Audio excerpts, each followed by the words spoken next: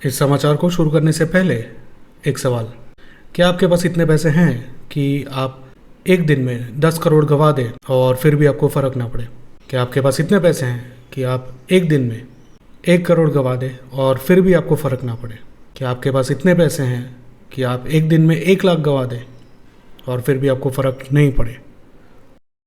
हमारे दिल्ली में बैठे हुए कुछ नेता हैं जिन्होंने मॉनसून सत्र के 17 दिन में से 7 दिन गंवा दिए हैं और एक दिन का खर्च मॉनसून सत्र को चलाने का 10 करोड़ रुपए है और इस 10 करोड़ रुपए को उन्होंने मिट्टी में मिला दिया।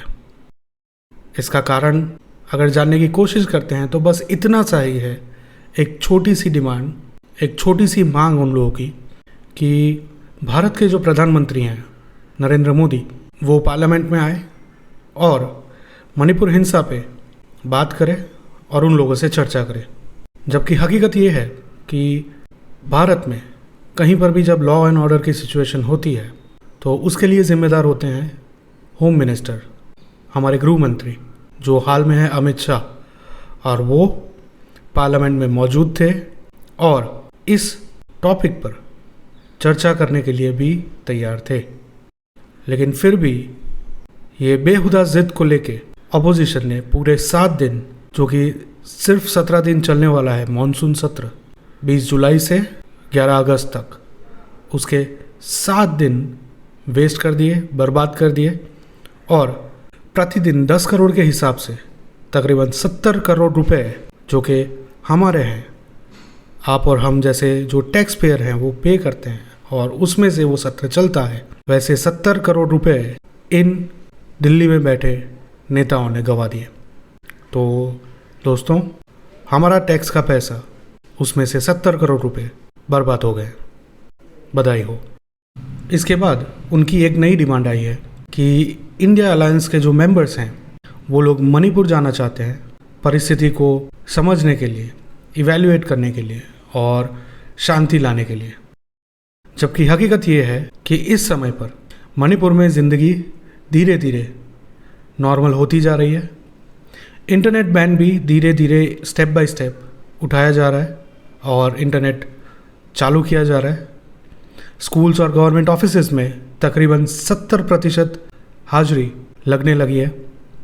और ये सोचने वाली बात है कि हम किसी भी आपदा में, चाहे वो कुदरती हो या फिर मानव निर्मित, उन सभी आपदाओं के टाइम पे सबसे पहले बंद करते हैं स्कूल्स और सबसे आखिर में शुरू होते हैं वे। तो इसी स्कूल्स में हाल में तकरीबन 70% से ऊपर हाजिरी है स्टूडेंट्स की। गवर्नमेंट ने ऑलरेडी इस मणिपुर हिंसा के 7 केसेस सीबीआई को दे दिए हैं, जिसमें से एक वो वायरल वीडियो वाला भी है, और 3 केसेस एनआईए को, नेशनल इन्वेस्टिगेटिव एजेंसी को हैंड ओवर कर दिया है। अभी तक शांति वार्तालाप के 6 राउंड्स हो चुके हैं और रीसेटलमेंट की प्रक्रिया भी शुरू हो गई है।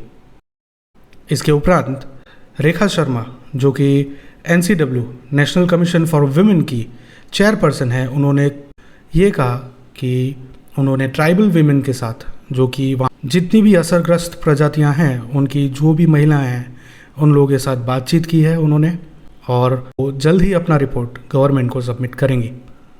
लेकिन अपोजिशन को ये डिस्कशंस, जो कि अमित शाह तैयार हैं और बाकी के कई लोग हैं जो पार्लियामेंट में रेडी हैं ये डिस्कशंस करने के लिए, उसकी जगह पर सिर्फ बेहुदी डिमांड्स करनी है और सत्र को चलने नहीं देना है। और अगर यही सवाल उनके जो कार्यक्षेत्र हैं, उनके जो प्रदेश हैं, उसके बारे में अगर पूछा जाए, जैसे कि दिल्ली दिन ब दिन महिलाओं के लिए असुरक्षित होती जा रही है। 2 दिन में 2 महिलाओं का खून हो गया है और ये ऑन द रिकॉर्ड है, ऑफ द रिकॉर्ड्स पता नहीं कितने होंगे। इसी तरह की परिस्थितियाँ बंगाल में, राजस्थान में, केरला में और कई जगहों पर हैं, जहाँ पर दिन ब दिन हिंसा होना एक सामान्य बात हो गई है। तो ये इन चीज़ों पर चर्चा करने के लिए जब उनको बोला जाता है तब उठ के भाग खड़े होते हैं, तब वो तैयारी नहीं दिखाते हैं, तब वो बहाने बनाते हैं और बेहुदी डिमांड्स करते हैं, जिसका कोई मतलब नहीं है। जबकि पीएम मोदी ऑलरेडी इस इशू को पब्लिक के सामने अनाउंस और एड्रेस कर चुके हैं। जो कि उनको करना चाहिए। हमारी ऑपोजिशन से ये विनती है कि बाकी बचे 10 दिन 100 करोड़ रुपए कृपया बर्बाद ना करें और इस मॉनसून सत्र में कुछ प्रोडक्टिव निकाल के दें। अगर प्राइवेट कंपनीज में होते तो दूसरे तीसरे दिन ही इनको नौकरी से निकाला जा सकता था, लेकिन अफसोस की बात है कि ये जनता के प्रतिनिधि बन के संसद में बैठे हैं और जनता का पैसा बर्बाद कर रहे हैं। जबकि अगर वो चाहते तो अपने लोगों को मणिपुर में और केरला, बंगाल, राजस्थान जैसी जगहों पर अपने लोगों को समझा के और उनको कार्यरत करके वहाँ की परिस्थितियाँ सुधार सकते थे, लेकिन वो ये नहीं चाहते हैं और ये हम और आप स्पष्ट रूप से देख सकते हैं। अगली बार जब वोट करने जाए तो सोच समझ कर वोट करें, किसको मत देना है, कौन आपके पैसे बर्बाद करेगा और कौन उसका उपयोग करेगा, उसको काम में लाएगा। और अगर आप कोई सुझाव देना चाहते हैं तो नीचे कमेंट करें। हमारी बात से सहमत हैं तो लाइक और सब्सक्राइब ज़रूर करें। India strikes. जय हिंद।